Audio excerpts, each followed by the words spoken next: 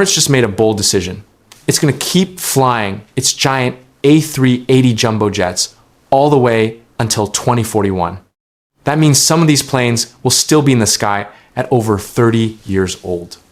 On the surface, it sounds simple, but it's actually a huge gamble that could cost the airline as much as $50 billion. And there's a real chance the whole plan falls apart.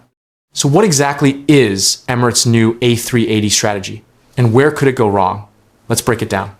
First, the situation Emirates is stuck in. Emirates owns more than 100 A380s, the double-decker giants that can hold over 500 passengers. That's more than the rest of the world's airlines combined. But here's the trap. Airbus stopped building the A380 for good in 2021. The factory is closed. The tools are gone. So every A380 Emirates flies today can never be replaced with a fresh one, because new ones simply don't exist anymore. And almost nobody wants to buy a used one. So Emirates can't sell them off either. It's stuck with what it has. Now, why did Emirates buy so many of these giants when other airlines ran away from them? The answer is location. Dubai sits almost perfectly in the middle of the world, between Europe, Asia, Africa, and the Americas. So Emirates built a clever system. Funnel travelers from everywhere into Dubai on massive planes, then send them back out to their final destinations. Cram 500 people onto one jet, land them in Dubai, and redistribute them across the globe. For about a decade, that plan worked beautifully. Emirates even turned these planes into flying showrooms, with showers in first class and a bar in business class. Flying the Emirates A380 became a bragging right. But while Emirates kept buying, nearly everyone else abandoned the A380, and it came down to one brutal word: fuel. The A380 has 4 thirsty engines and 2 full decks to haul around.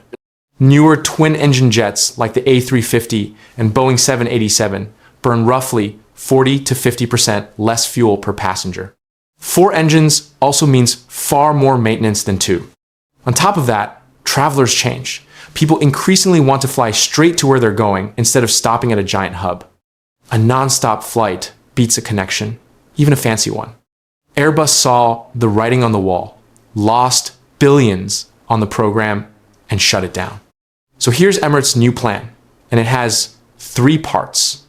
Part 1, keep the A380s flying and profitable for as long as possible. Part 2, use the efficient A350 to grow in the meantime. Part 3, bring in the delayed Boeing 777X whenever it finally arrives. It's meant to be a bridge, holding things together until newer planes take over. Smart on paper. But each piece has a crack in it. Let's start with the money, because that's where the danger begins. Keeping these old giants flying isn't cheap, and the costs stack up fast. First, Emirates is spending $6 billion just to rip out and rebuild the cabins across its A380 fleet, adding new seats and fresh interiors. That's $6 billion committed before it earns a single extra dollar back. Second, the fuel penalty. Every one of these planes burns far more fuel than a modern twin doing the same job. Multiply that gap across more than 100 planes over many years, and you're looking at billions in extra fuel costs. Third, maintenance. The oldest of these jets is already pushing 18 years old, and Emirates wants to fly some until they're 33. Old planes need more frequent, deeper checks, and with 4 engines instead of 2, those bills pile up fast. Fourth, resale value, which barely exists. When other airlines dumped their A380s, several were simply chopped up for parts because no buyer ever appeared. Emirates can't sell these jets. It either keeps flying them or eats the loss. Add the rebuild bill, the endless fuel premium, the rising maintenance, and the non-existent resale market, and you can see how analysts land near that $50 billion lifetime price tag. It's not a wild clickbait number. It's simple arithmetic. Now here's the part that makes the strategy risky. Emirates can't just swap these jets for something newer and bigger, because nothing newer and bigger is being built. The plane everyone expected to help is the Boeing 777X. Emirates has ordered a massive 270 of them, more than any airline in the world. But there's a huge problem. The 777X is one of the most delayed planes in modern history. Boeing first promised it back in 2020. Now, the first one isn't expected until around 2027 at the earliest, 7 years late. And even when it arrives, it carries only about 400 to 420 people, well short of the A380's 500 plus. So it can't fully replace the giants. The A350 doesn't solve it either. It's modern and efficient, and Emirates flies plenty of them, but it's simply too small to carry what a super jumbo carries. And going back to Airbus for more A380s is impossible, since the factory is gone for good. So Emirates is left doing the only thing it can, squeezing every last bit of life out of the jets it already owns while waiting on a Boeing delivery date that keeps slipping. This makes Emirates the industry's lonely test case. Right now, it controls around 60% of all the A380s still flying on Earth. Other airlines kept only a handful each, treating the plane as a niche toy rather than the backbone of their fleet. So if flying these giants into the 2040s actually works, Emirates proves it. If it fails, Emirates absorbs the entire cost alone because nobody else has enough of these planes left to share the pain. But here's the twist that stops this from being a simple disaster story. Right now, Emirates is making more money than ever before. It just posted a record profit of over $6 billion. And the A380 is a big reason why.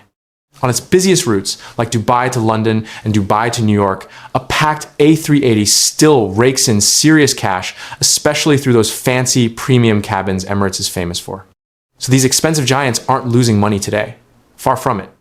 That's why the smart read is that Emirates isn't panicking or in denial. It's running a deliberate holding pattern. Grounding a plane that's still making good money before its replacement even exists would be foolish. Worse, it would risk losing valuable takeoff and landing slots at Dubai's packed airport. The clearest clue is the spare parts plan. Emirates is buying up old, retired A380s and stripping them for parts to keep its own fleet flying, since fresh parts from Airbus are getting harder to find. That's not the move of an airline in a panic. It's the move of one calmly planning to outlast its own supply chain. So where could this fail? The plan only works if two things hold true. Demand for these giant planes has to stay strong enough to keep them profitable, and the aging jets have to keep flying without their costs spiraling out of control. If travel demand on those big routes softens, or if these old airframes start needing far more expensive repairs than expected, that careful bridge starts to wobble. And if the 777X keeps getting delayed even longer, Emirates could be stuck nursing these costly giants well past the point where it makes sense. So let's run it down. Emirates bet bigger on the A380 than any airline in history. Then the market flipped, twin-engine jets won, and Airbus killed the plane off. That left Emirates holding over 100 giants with no true replacement, since the 777X keeps slipping and the A350 is too small. The cost of holding these jets climb toward that eye-watering $50 billion figure. And yet, Emirates just had its most profitable year ever, and it's promising to fly these planes until 2041. So is this a brilliant long game move, or the most expensive gamble in the sky? The honest answer is that we won't really know until the 2030s, when the oldest A380s hit their 30th birthday and Emirates has to make the real call. Until then, every one of these giants keeps flying, keeps burning fuel, and keeps adding to a bill that only one airline on Earth is bold enough or stubborn enough to keep paying